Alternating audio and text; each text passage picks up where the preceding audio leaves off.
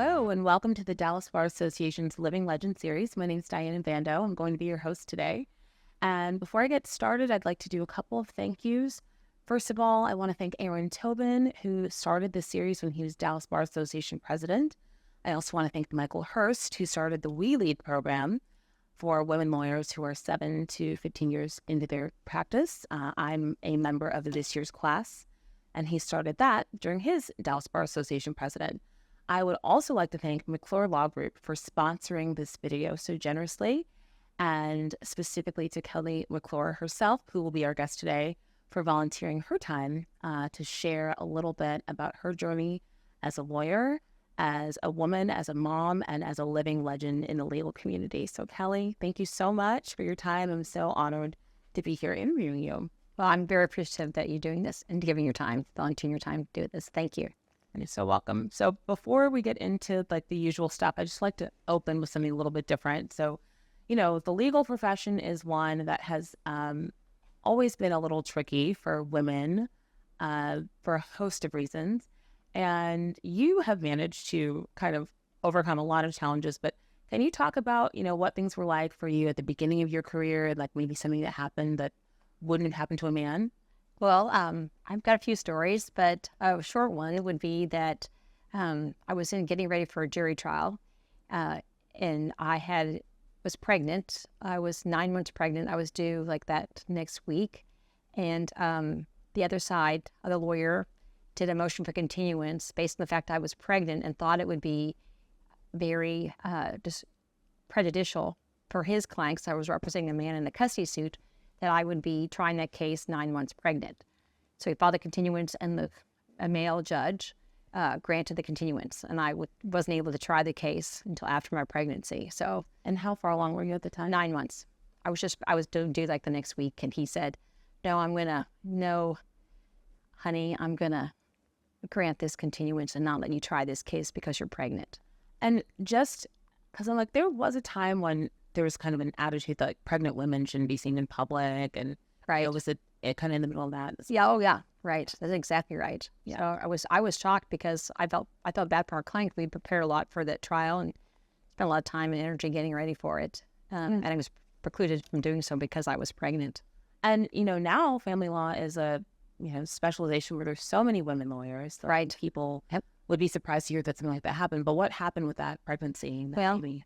The good news is that I've had 4 sons since that time, and 2 of them I really feel very lucky and blessed that they work with me as lawyers. My son Brody and Buck. Gosh, I thought they were male models. Those are your sons? Yes, and I feel very, very, very blessed and lucky that I get to see them every day and work with them for family lawyers, and we've had hearings and trials, and it's a great time. That just makes me really proud of them. Best thing I could ask for.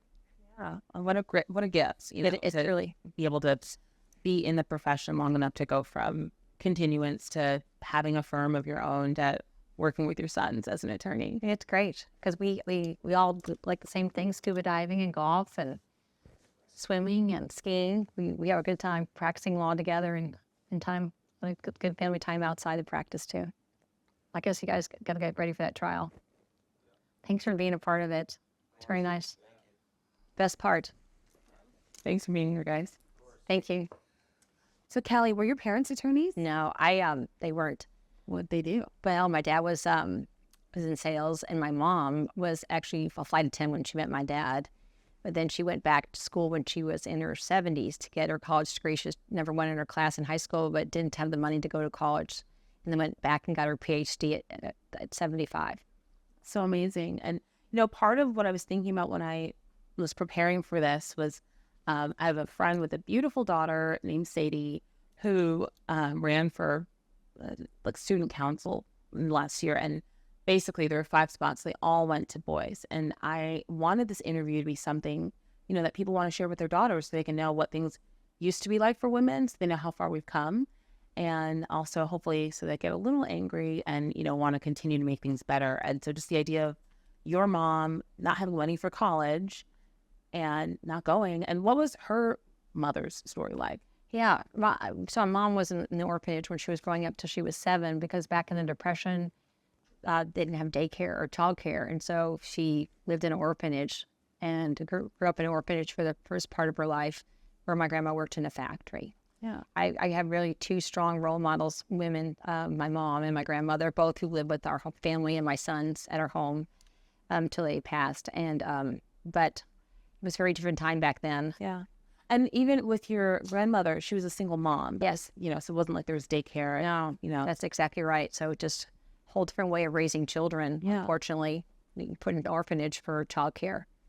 And as because you had 4 under 4 at one point, right? Yes, Your I have kids. 4 children. So how did you juggle childcare and practice? And I was really lucky because my grandma did live with me. So my as they call her, Big Nana, she lived with me. She helped me raise my kids, and I have a really supportive husband too, who's an attorney, Wade. And so we all did it together, and then my mom came on board too to help. So good family support, which I think must have been such a blessing for them to know what opportunities that they had, and then to be able to help you not only raise your kids but also build what you built. So what was the whole journey to law school like for you? Because it's so different for everyone. Right. Well, I never thought I'd be an attorney. I really wanted to be a fighter pilot. And I actually applied to the academy. But back in the day when I was in school applying, women were not able to fly fighter pilot planes. Can they now? They can now. But back in the 80s, late 70s, they could only fly cargo. So it wasn't an option for me. So I went on to college and went to a different path and went to law school. Put myself through school. I think of you, and not just me, a lot of people think of you as larger than life. But how tall are you? I'm all 5'3", I think. Oh my goodness. Yeah. So, and with the pilot thing, was height an issue? Yes. Yeah. You had to actually be a little bit taller to be even in a plane. So I didn't even meet the height requirements. I think it may have changed now, but back then it was very strict, and women couldn't fly planes. As crazy as that was, thinking about that now. Yeah. Yeah. And so what did you study in college? Political science. And then political science, did you want to go to Georgetown? Would you want Yes. Oh, yeah. So I thought I was going to go, I did tell you that story. I thought I was going to go into Georgetown. It was really a kind of turning point for me, growing up, because I worked really hard in college, and my family had gone to Georgetown. My dad had gone, his grandfather had gone, but then my parents are going through a divorce, and I thought I didn't get in. And so I applied to St. Mary's down in Texas. I'd never been to Texas before. And I applied, and I got in, and but then I later found out, like 25 years later, that I actually was on a wait list at Georgetown, and I had gotten in, but it really changed the trajectory of how I thought about myself, my life, because it made me very appreciative and humble that you don't always get what you want, even though if you work hard, you should keep trying. Yeah. But I wouldn't be here now if it wasn't for that. So I'm very thankful that how it all worked out. And so you go through college thinking that you're going to Georgetown Law, you're going to be this, whatever. And then you get on the wait list to Georgetown and scramble, go somewhere else. And then after you're done with law school, found out that you had gotten off the wait list and your parents just didn't tell you? Yes, they didn't tell me. Because they didn't, my parents were going to divorce. My dad didn't want to have to move me to D.C. So it was a big change because I had that. And then when I had been working for Ronald Reagan when I was in school back then, because he was looking to get young people voting for him because he was the oldest president at the time. Which is funny. Isn't that funny to think about that? Yeah. He was, all back now. Later, I know. Later. But I thought I'd be living in D.C., but I love Texas and haven't left since. So it's been great. Wow. And so what was your first job out of law school? I worked for a law firm that was Dallas's oldest law firm, Clark, West, Keller, Butler, and Ellis. And I was the first woman there in 100 years that lasted more than 6 weeks. But they were great mentors and role models that I work with. The men that I work with were great. I worked downtown firm for a number of years. I started off as a tax corporate employee lawyer, and that's how I started off my career. When I went to the law firm there, I told the law firm that I would do anything but family law. So I said, I don't want to, women always get stuck with that. I don't want to do that kind of law. I'll do anything but that. And I want to put a pin in this and come back to it in a second, but tell me, we're not going to name names here because we don't want to get sued, but tell me generally, without naming names, what some of the recruiting practices were like at law firms back in the day. Well, looking back, it's so inappropriate, of course, but it was very, very common that you would go on recruiting to strip clubs, and they would take you, male and female, to go to these clubs where, obviously full nude. Yeah, full nude. And that was the entertainment to recruit back in the 80s. Back in the 80s. Thank goodness. Thank goodness that's changed. Yeah, not that long ago, but thank goodness that's changed. Yeah. But I, talked to you about the Me Too movement and thinking about Katie Couric, who I heard speak.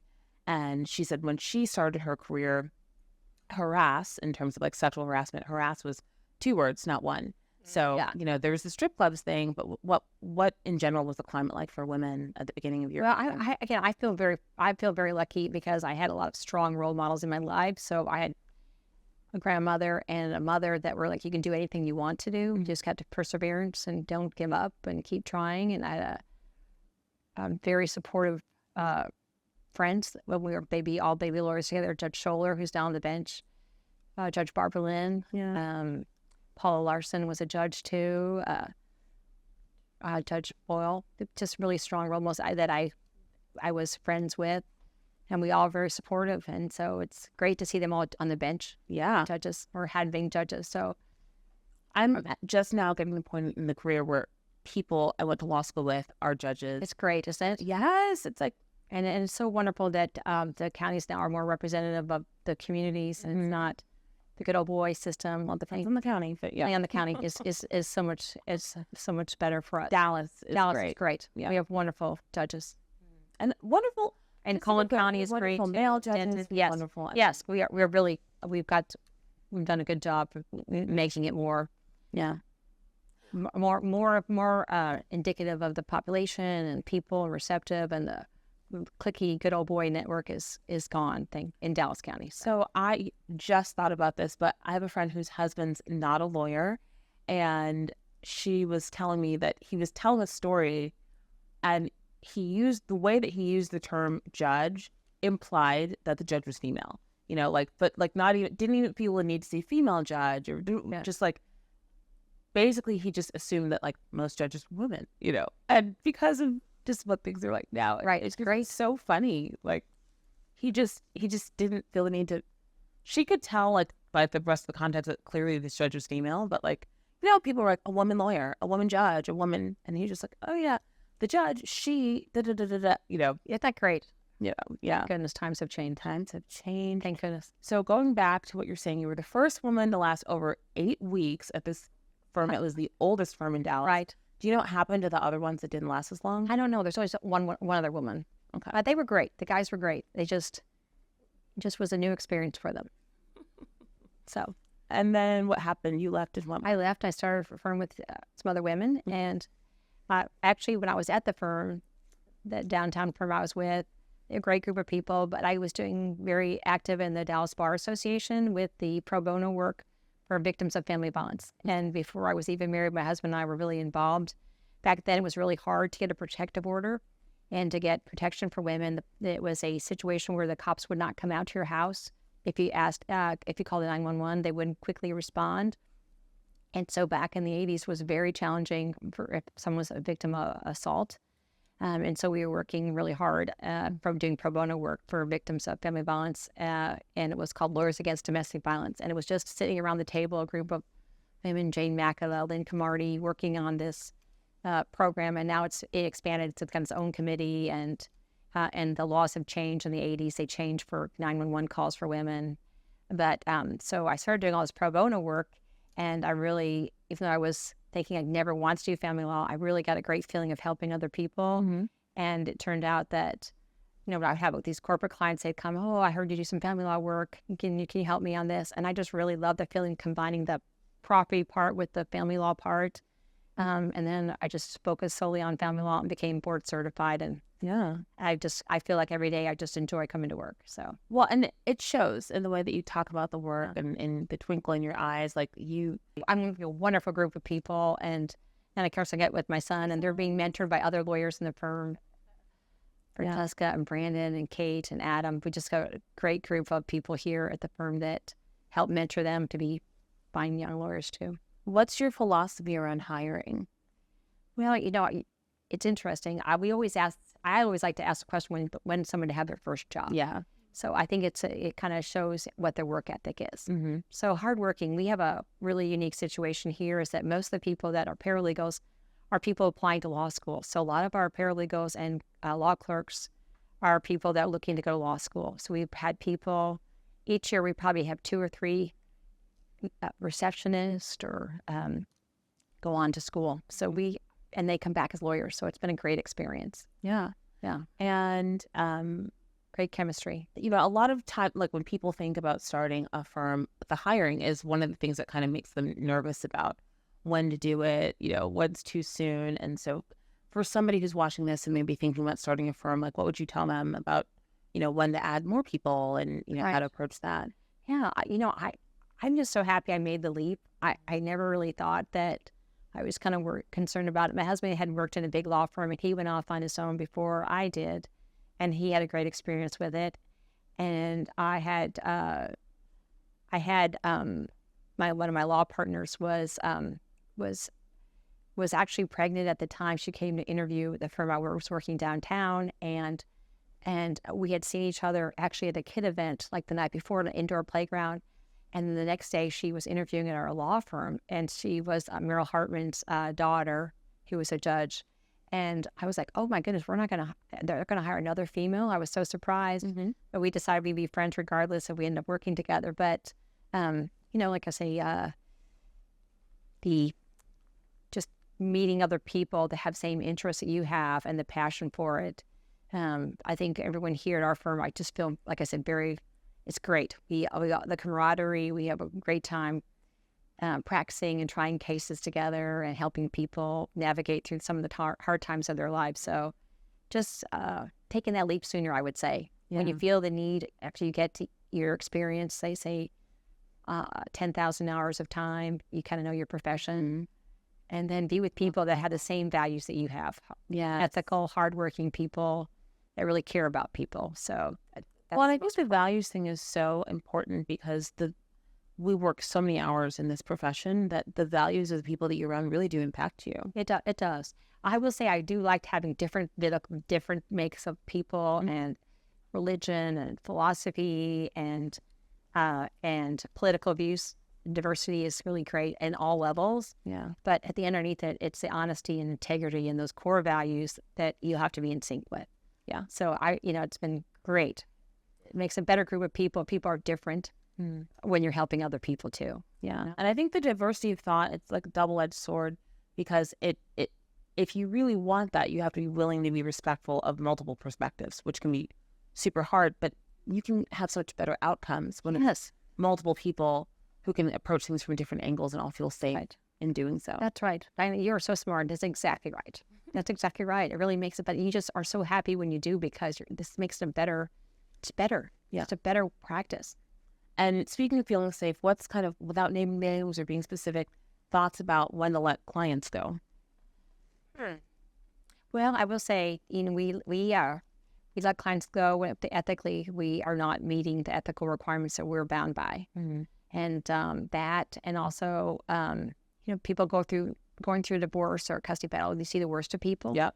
And so we try to be in a lot of people's lives. Right. But at the same token, I feel like it's our duty to help people that have made bad choices see their ways and make, turn the life around, make a better choice. But if we don't cross the line ethically to do anything that would put our career or anything in jeopardy. So, well, and I'll be more specific, just in the context of like making your employees feel safe and making your employees feel like this is a place where you value them. Like I know that there have been times that you felt like, this client needs to go because of, Right. Yeah. Well, yes. Oh, yes. So, yes. So if someone is disrespectful regarding someone's inappropriate on sexual basis or racial comment or something or religion that we said, sometimes we have clients that are just even though they've been told like that what they're saying is offensive and not appropriate, they continue to, with their course of conduct, to be offensive. It's not a good fit. Yeah. It'll be maybe somebody else that's be a better fit for them. So we do our best to kind of just make sure we are very lucky that we get to be selective of people that we help, which is great. We help everybody, open to everybody that needs help. And we do a lot of pro bono work in our office too. So, but I think, lots of places will publicly say, this is the the type of workplace we are. This is the type of firm we are. But behind closed doors, all that matters is who's billing the most, who's bringing in the most. So to actually kind of put your money where your mouth is and say, like, no, you're not going to come in here like make my employees feel unsafe. Like, no, that's right. Yeah, we don't tolerate that at all. So that's just quick. We don't want everyone to feel uncomfortable about something that someone's put them in the position they put them in. So it's an easy choice for us. Yeah, easy. It's easy. Easy. So what's one of your just kind of knee-jerk reaction? Like one of your favorite experiences as a lawyer, like either a trial win or. Well, I love going to trial. I feel really. I mean, we try our best to stay out of the courtroom, but I say we go to court 1 or 2 times a week. I just like that experience. I like discovery. I like depositions. We've had a jury trial we were getting ready for a couple of years that settled like Sunday night at 1 a.m. But I love working with my law partners and my sons. It's just with them here and people we have and them mentoring my sons and seeing them working with other people. It's just a treat every day. Like I usually get in the office around 7:30 and I'm usually here till 7:30 at night. And this whole new phase is working on cases, going to trial, going to mediations and settlement, doing collaborative work and mentoring other people. Is being in and out of it. It's just so enjoyable. So, and helping people. At the end of the day, I like the feeling of making people's life better. So you're like smiling. So like I said, so cliche for lawyers. But I get my job. I get what I'm doing. And you are at a point where if you were somewhere else, you might be approaching mandatory retirement. Right. So what's your kind of thought? Yeah. So my thought is that I'm gonna retire when the young people can keep up. I think that's the way to do it.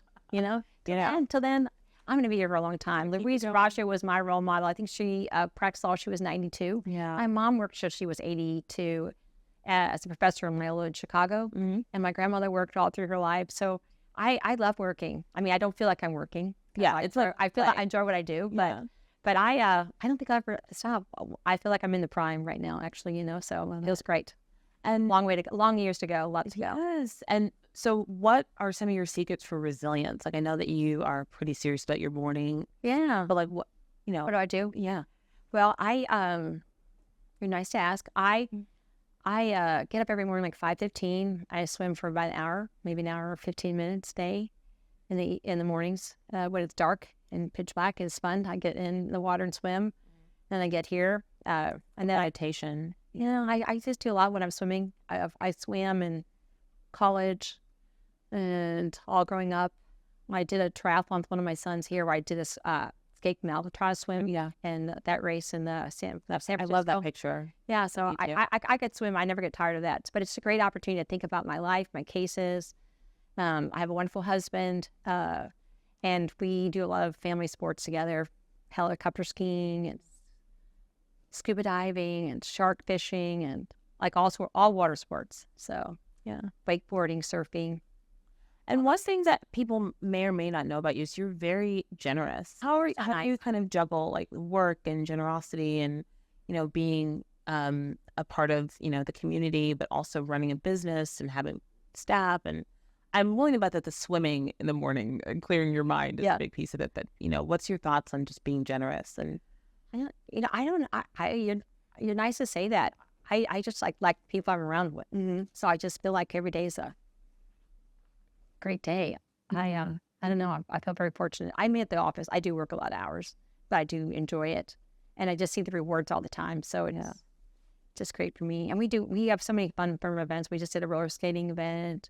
We have we hang out the other day. Yeah, we have a birthday party. Yeah, we have a great time together. So yeah, and like I say, my law partners and the associates are just really very talented group of people. So we talk all the time, so work together. Great. So I want to switch gears and talk a little bit like more directly to kind of the next generation of women who are kind of coming out, like the teens and the girls that are in college right now. Like, I know, we talked about the Georgetown thing, and, one of the things that you learn as you get older is sometimes that thing that felt like a disappointment in the moment was just a huge lesson that made you better?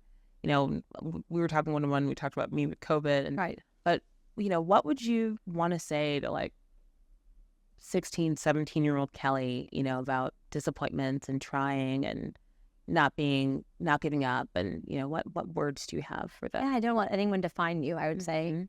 And perseverance, keep going at it, and don't give up. You know, have your goals and keep striving. And then I also, you know, be open to other ideas.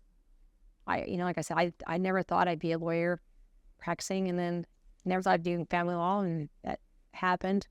And not the disappointment of not getting in when you didn't get something you wanted, even though you worked hard. Something else, another door opens up. I wouldn't have met my husband in Oxford if I Definitely. Yeah. if I went there. And so, you know, just because your path is not the way you think it's going to be doesn't mean it's the end all. Keep that positive spirit and just keep pursuing another path. Maybe that may be a better fit for you in the end anyway. Yeah. You know? Yeah. And I told you a little bit about, you know, we met last week, and afterwards I went to a settlement conference, and where there was this aggressive lawyer who... It's horrible, you told me. Yeah. That horrible story. Yeah.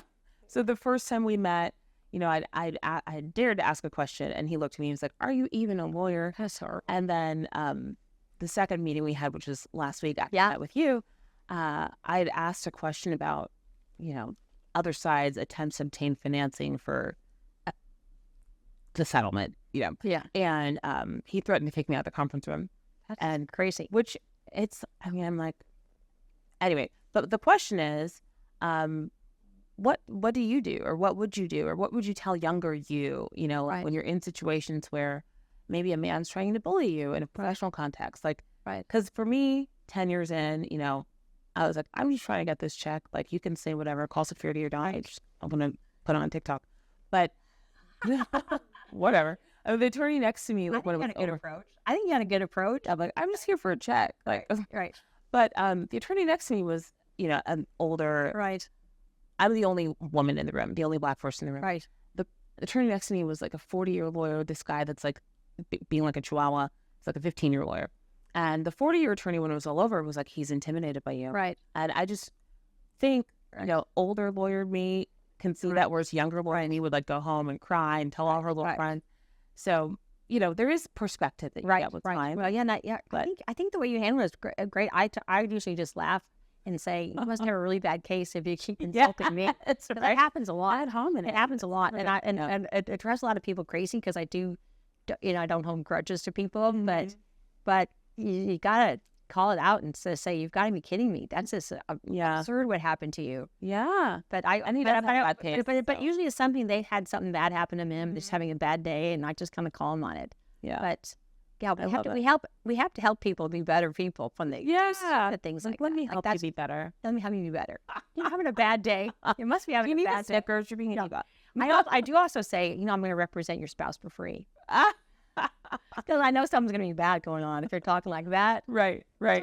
I'm not doing anything to you. I'm just doing my job. You know? And so for people who don't know Kelly off the record, we have a mutual friend, and her husband jokingly say that they'll never get divorced because they'd fight over who gets Kelly. Oh, you're so nice. So it's so nice to say that. Well, you're so kind to even be here today to help me. Oh my gosh, this has been so fun for me. Yeah.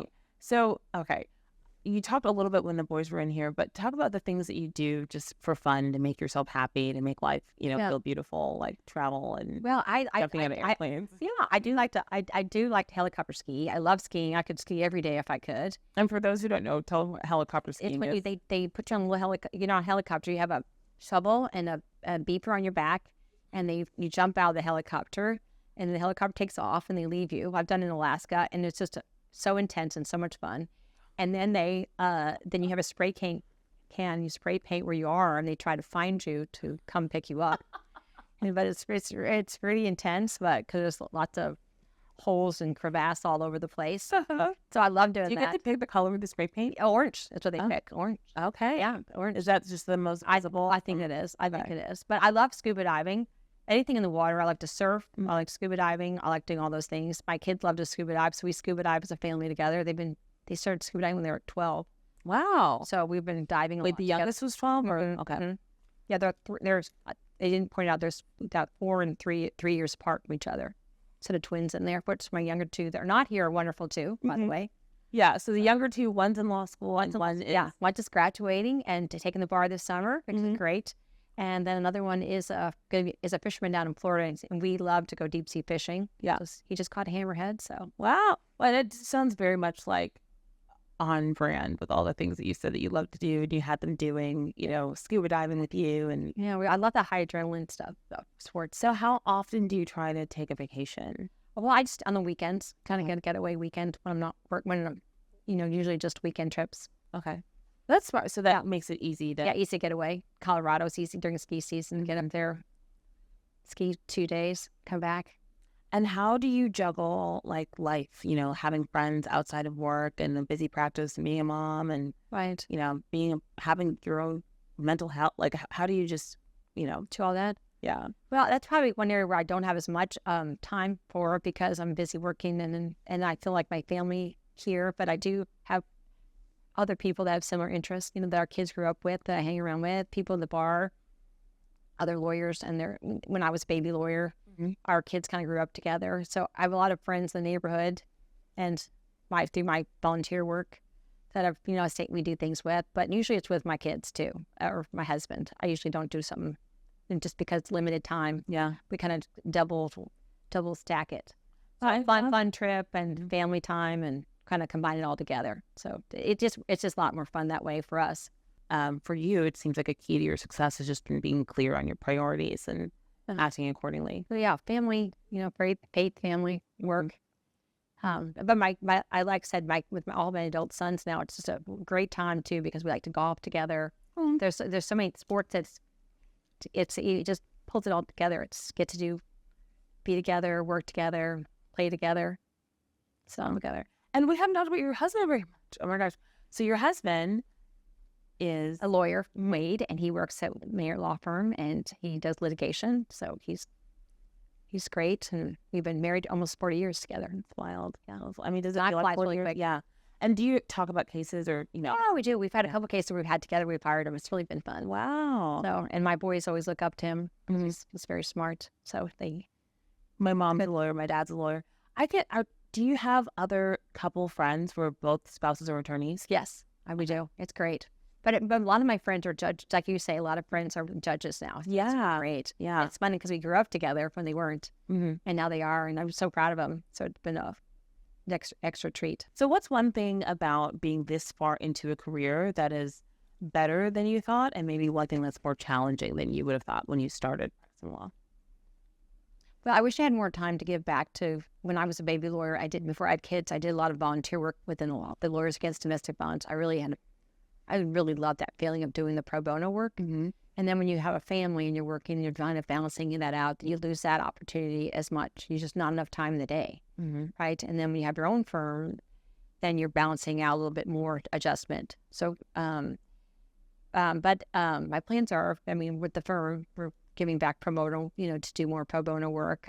Aging parents. I have lived with my mom, passed away recently, and my grandmother who lived with me too. Taking care of your own family is really important before you take care of somebody else's, right? Yeah. So giving back is what is always the plan. Giving more than you're taking, right? Yeah. So. Okay, so you have in your marketing, it has appeared in a couple different places, but like 10 ways to avoid becoming my client. So what's the backstory behind that? Well, we just always seem to have clients men and women that just don't get it. And no one has a perfect marriage. Every marriage goes up and down. Yeah. And everyone says, oh, everything's so perfect on the outside. But really, having communication, I will say, one common thread is it's kind of odd, but asking the questions if they've active sexually, and if they don't really have active sex life, the chances are probably the marriage is not in a good place. Yeah. Everyone goes through highs and lows, but a long period of time. Then something you kind of have to, some way you kind of connect on. So it's a kind of common question, oddly, as a family lawyer to ask that question. Yeah, because you can get the thermometer. But it's kind of indicative of where they are. Doesn't mean you can't ride it out and get better. And so, because I have a strong faith, my kids are always questioning, like, well, how could you be a divorce attorney? Because you Yeah, and I really try to keep people together. I don't really I really make sure this is the right choice for them before they make the choice. It's a hard choice. Like I say, people have the highs and lows all the time. Could it be fixed? Are there other issues that can't be fixed, like addiction or adultery or financial struggles?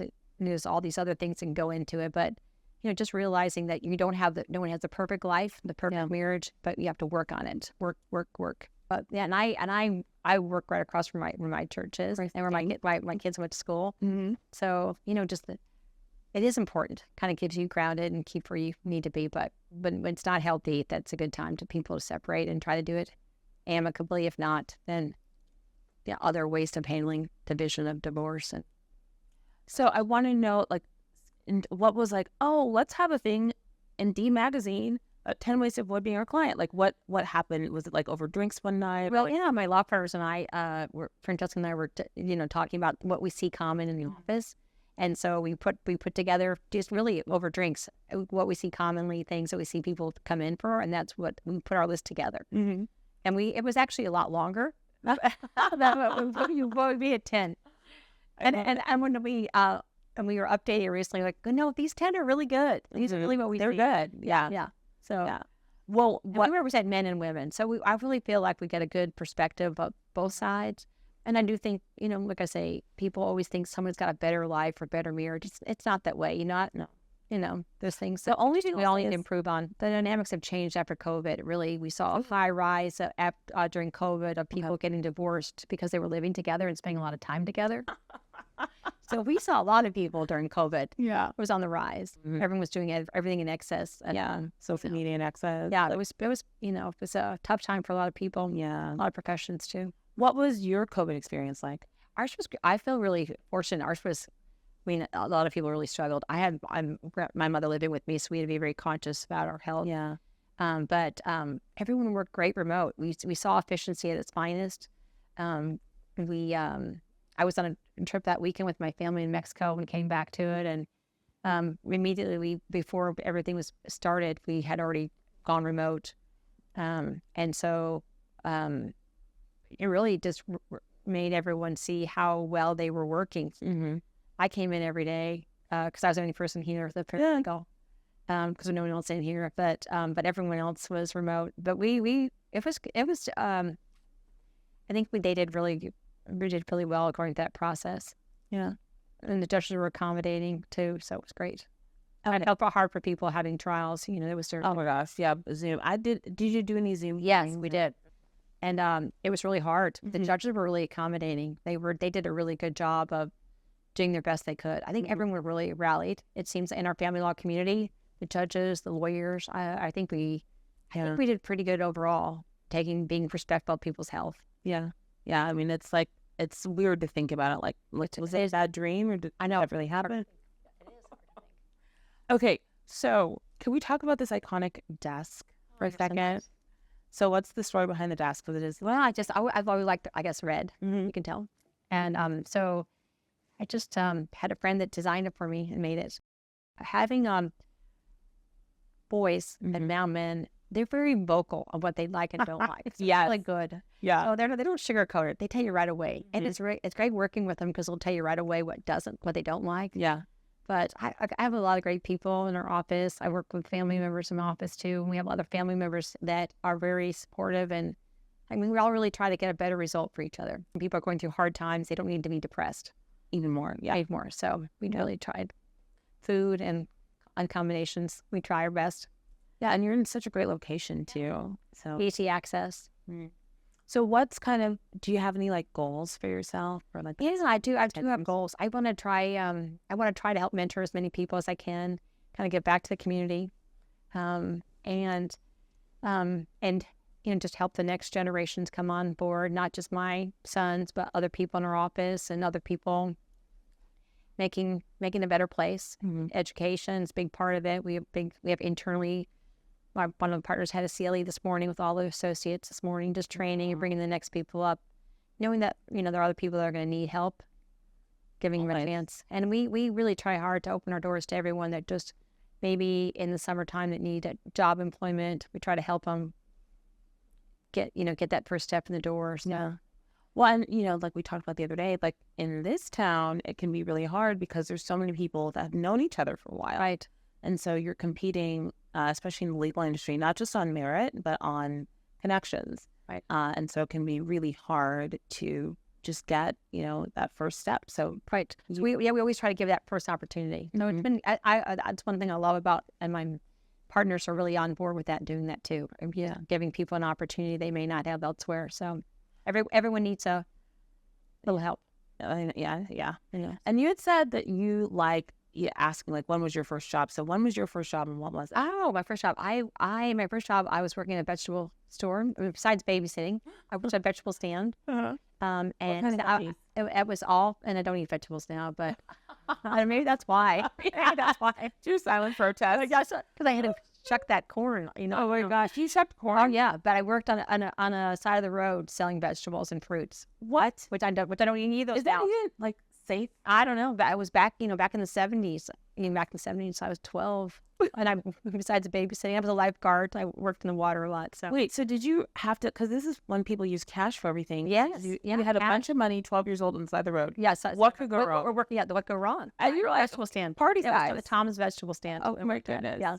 What was your security or? Looking back at that now, it probably wasn't right to do. Saying, I don't know. It wasn't the right thing to do. Probably wasn't really You're just keeping with the food requirements. Yeah, we sold it right on the corner. It's pretty popular. Understandable. Yeah, it was pretty popular. That's funny.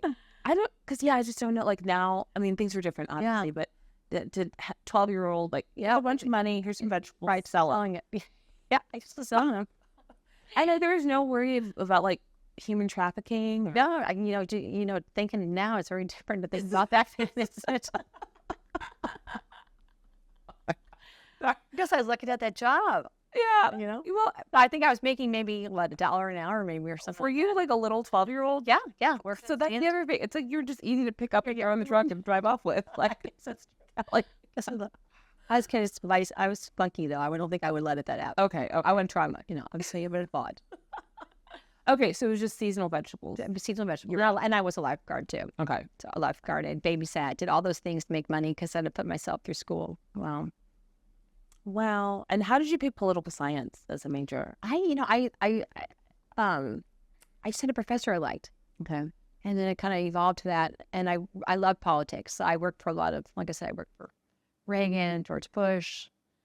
I love the politics either way. Even if I don't agree with them, it's intriguing. Politics right now are whole nother level. It's like, wow. But it's fascinating regardless. Either way, they're both.